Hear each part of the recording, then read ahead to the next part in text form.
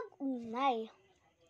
Ang pang-ugnay ay nag-uugnay or compare ang mga salita. Ito ay at o kung. Ang at ay salitang pang-ugnay ng dalawang ngalan ng tao, bagay, hayop, lugar at ibang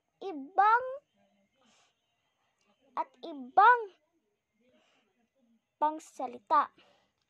Ang o ay naghahabi ng salita. Ang kung ay kondisyon ng panahon. Pang-ukol.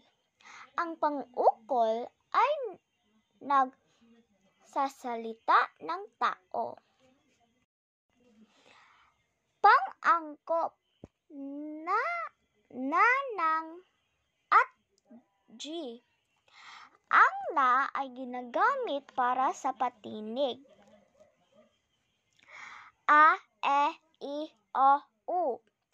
Ang nag ay ginagamit para sa katinig. B, C, D, F, G, H, J, K, L, M, N, P, Q, R, S, T, V, W, X, Y, Z.